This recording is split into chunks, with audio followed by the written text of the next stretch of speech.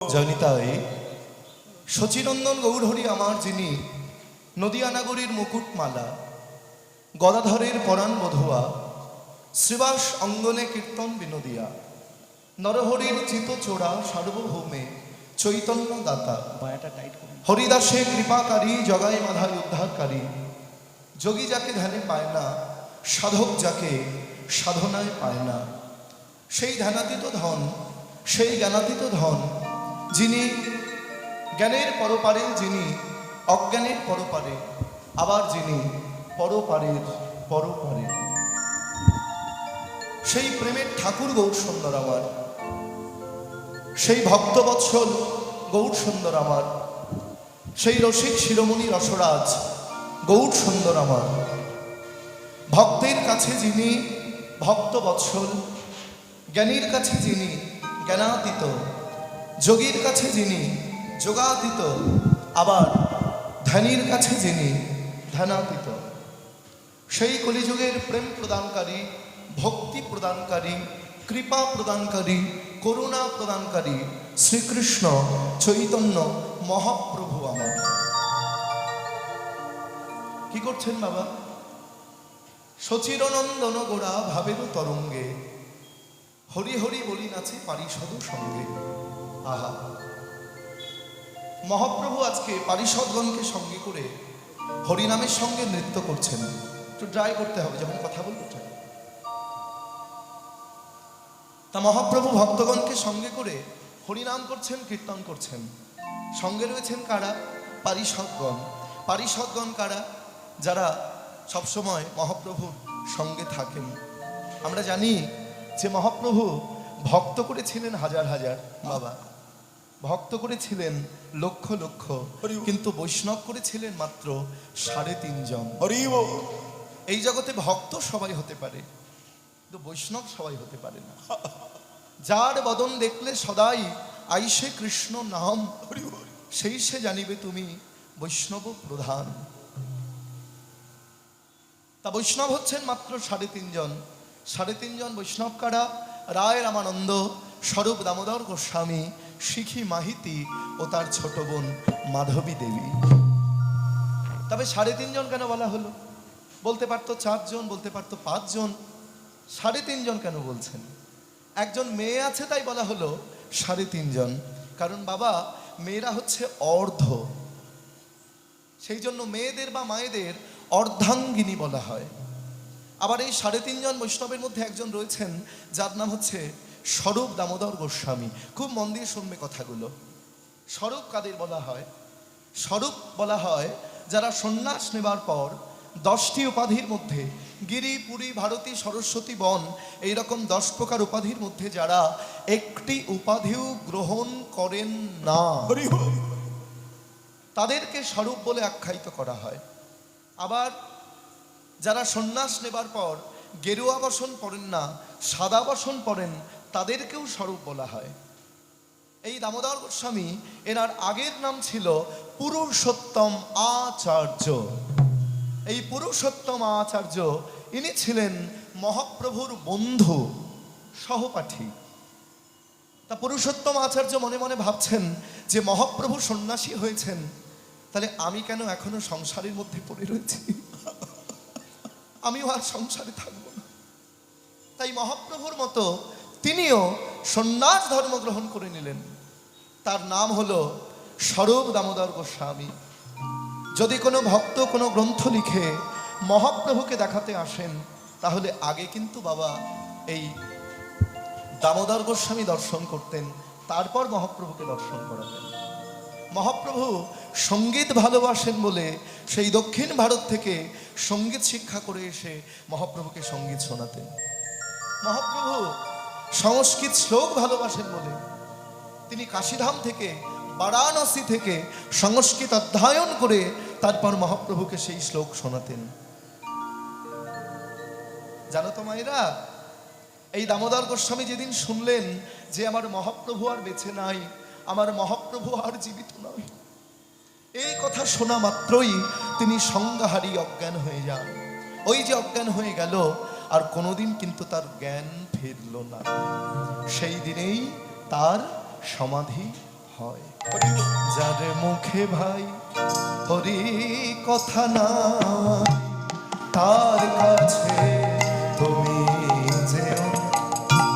যার মুখে ভাই হরি কথা নাই, তার কাছে তুমি যেও না। যার মুখে ভাই হরি কথা নাই, তার কাছে তুমি যেও না। ওরে যার মুখে ভাই হরি কথা নাই, তার কাছে তুমি যেও না। আবার যার মুখ দেখে ভুলে যাবে হরি, আর যার মুখ দেখি ভুলে যাবে হরি। তোমরা যার মুখ দেখে, আহা, যার মুখ দেখলে আমরা হরি নাম করতে ভুলে যাব, যার মুখ দেখলে আমরা কৃষ্ণ নাম করতে ভুলে যাব, বলি তার মুখ পানে ছেও না, তার মুখ পানে ছেও না। ওরে যার মুখ দেখি ভুলে যাবে হরি, তোমরা তার মুখ পানে চেয়েও না, তার মুখ পানে চেয়েও না। তোমরা কদিনও রহিবে ভব মাঝে, আর কদিন রহিবে ভব মাঝে, তোমরা কদিনও রহিবে ভব মাঝে। আর কদিন রহিবে ভব মাঝে। হরি অবিলম্বে করো যাহা করিবা, কদিন রহিবে ভব মাঝে। আবার অবিলম্বে করো যাহা করিবা। আবার পরের কথায় কিবা আসে যায়, মিছা দাগা তুমি পেও না। আর পরের কথায় কিবা আসে যায়, মিছা দাগা তুমি পেও না। সদাই হরি কথা কও, হরি গুণ গাও। আর হরি কথা কও, হরি গুণ যখন সময় পাবে চেষ্টা করবে হরিনাম করার। বাড়িতে রান্না করছো তরকারি কিংবা অন্য, মায়েরা শুনে নাও, রান্না করতে করতে খুন্তি নাড়তে নাড়তে মুখে বলবে হরে কৃষ্ণ কৃষ্ণ কৃষ্ণ হরে হরে, হরে রাম রাম রাম হরে হরে। কি হবে? তোমার মুখের হরিনামের সঙ্গে ওই তরকারিটাও কিন্তু মায়েরা প্রসাদে পরিণত হয়ে যাবে। তোমার মুখের হরিনামের সঙ্গে ওই অন্নটা প্রসাদে পরিণত হয়ে যাবে। ওই তরকারি তুমি তোমার স্বামীকে দিলে সেও কৃষ্ণ ভক্ত হবে, তোমার পুত্রকে দিলে সেও কৃষ্ণ ভক্ত হবে, তুমি পরিবারের যাকে দেবে সেই কিন্তু ভক্ত হয়ে যাবে। শাস্ত্রে বলছেন কোনো পরিবারে কোনো বংশে যদি একজন বৈষ্ণব সন্তান জন্মগ্রহণ করে তাহলে তার 14 পুরুষ কিন্তু উদ্ধার হয়ে যায়। হরি কথা কও, হরি গুণ গাও। হরি কথা কও, হরি গুণ গাও। তোমরা হরি নাম, তোমরা কৃষ্ণ নাম, মধুর নাম রসে সদা মত্ত হও। হরি কথা কও, হরি গুণ গাও। হরি নাম রসে সদা মত্ত হও। আবার হরি নাম গীতি গাও নীতি নীতি, অন্য কোন গীতি গেও না। আবার হরি নাম গীতি গাও নীতি নীতি, অন্য কোনো গীতি গেও না। একবার সময় থাকতে হরি বলো, একবার সময় থাকতে হরি বলো, সময় থাকতে হরি বলো। একবার সময় থাকতে হরি বলো। একবার সময় থাকতে হরি বলো। সময় চলে গেলে, সময় চলে গেলে আর পাবে না, সময় থাকতে হরি বলো। সময় চলে গেলে আর পাবে না। আবার প্রেমানন্দে বাহু তুলে সময়, একবার প্রেমানন্দে বাহু তুলে সময় থাকতে হরি বলো। প্রেমানন্দে বাহু তুলে সময় থাকতে হরি বলো। প্রেমানন্দে বাহু তুলে সময় থাকতে হরি বলো। সময় থাকতে হরি বলো। এই কীর্তন শুনতে বসেছো তোমরা, আজকে মনে রেখো মায়েরা, এই কীর্তন শুনতে শুনতে যখন তোমরা শ্রীধাম নবদ্বীপের কথা শুনবে, ভাববে আমরা শ্রীধাম নবদ্বীপে বসেই কীর্তন শুনছি। এটাই শ্রীধাম নবদ্বীপ, এটা বাতকুল্লা বাজার নয়। আবার যখন তোমরা শ্রীধাম বৃন্দাবনের কথা শুনবে, ভাববে এটাই শ্রীধাম বৃন্দাবন, আমরা বৃন্দাবনে বসেই কীর্তন শুনছি। আবার যখন তোমরা পুরীধামের কথা শুনবে, ভাববে এটাই পুরীধাম, এটাই শ্রীক্ষেত্র, এটাই জগন্নাথ ক্ষেত্র, এটাই নীলাচল ধাম। এটা অনুভব করতে হবে। কিরে, কোথায় গিয়েছিলি? বৃন্দাবন গিয়েছিলাম। কি করতে গিয়েছিলি? এই, ঘুরতে গিয়েছিলাম।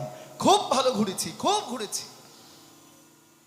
বৃন্দাবনটা ঘোরার জায়গা নয়, নবদ্বীপটা ঘোরার জায়গা নয়। ঘোরার জায়গা হচ্ছে দীঘা। বৃন্দাবনটা অনুভবের জায়গা, সেখানে অনুভব করতে হবে।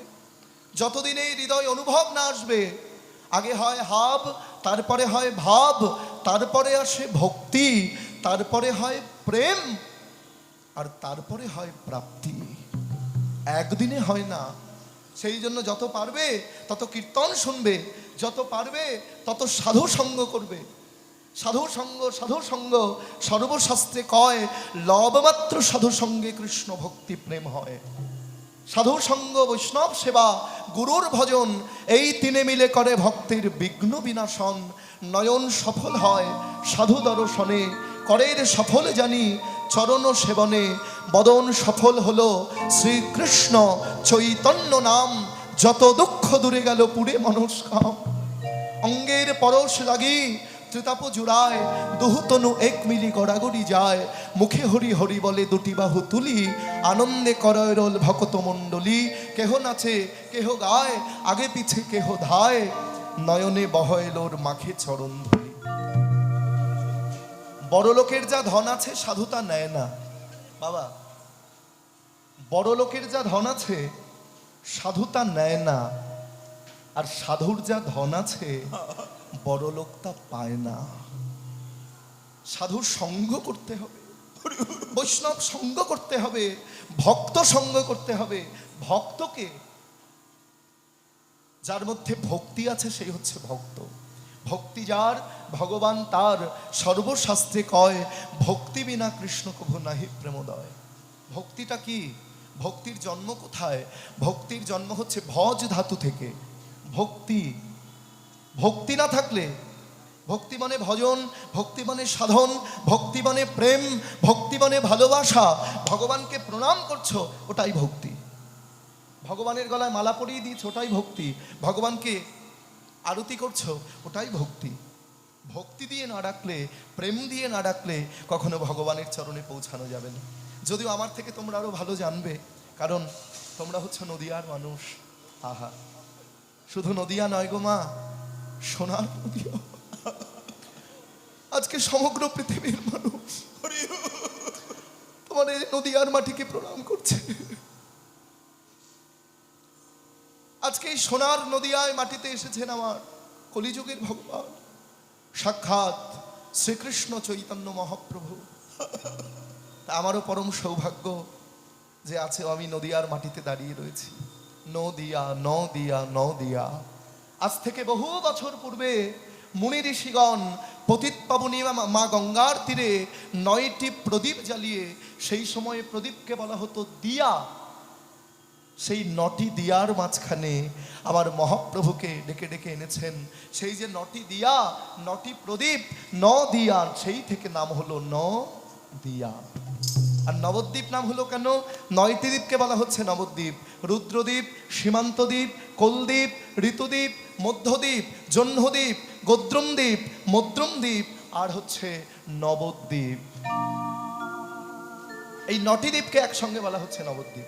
এবং আমাদের কত সৌভাগ্য মায়েরা যে মাসে আমরা কীর্তন শুনতে এসেছি। এটা কোন মাস? বৈশাখ মাস। এই তো শেষ হয়ে যাবে কালকে, আজকে লাস্ট, তাই না? এই বৈশাখ মাস কিন্তু বৈষ্ণব মাস। এই বৈশাখ মাস এমন একটি মাস, এই মাসে তুলসী গাছের উপরে একটা ঝড়া বাঁধতে হয়। কেন? কারণ এই সময় তুলসী গাছ এত রোদ পড়ে, গরমে তুলসী গাছ কিন্তু দেহ রক্ষা করে মারা যায়। তাই বৃন্দাদেবী যদি দেহ রক্ষা করে তাহলে ভগবানের ভোগ হবে না।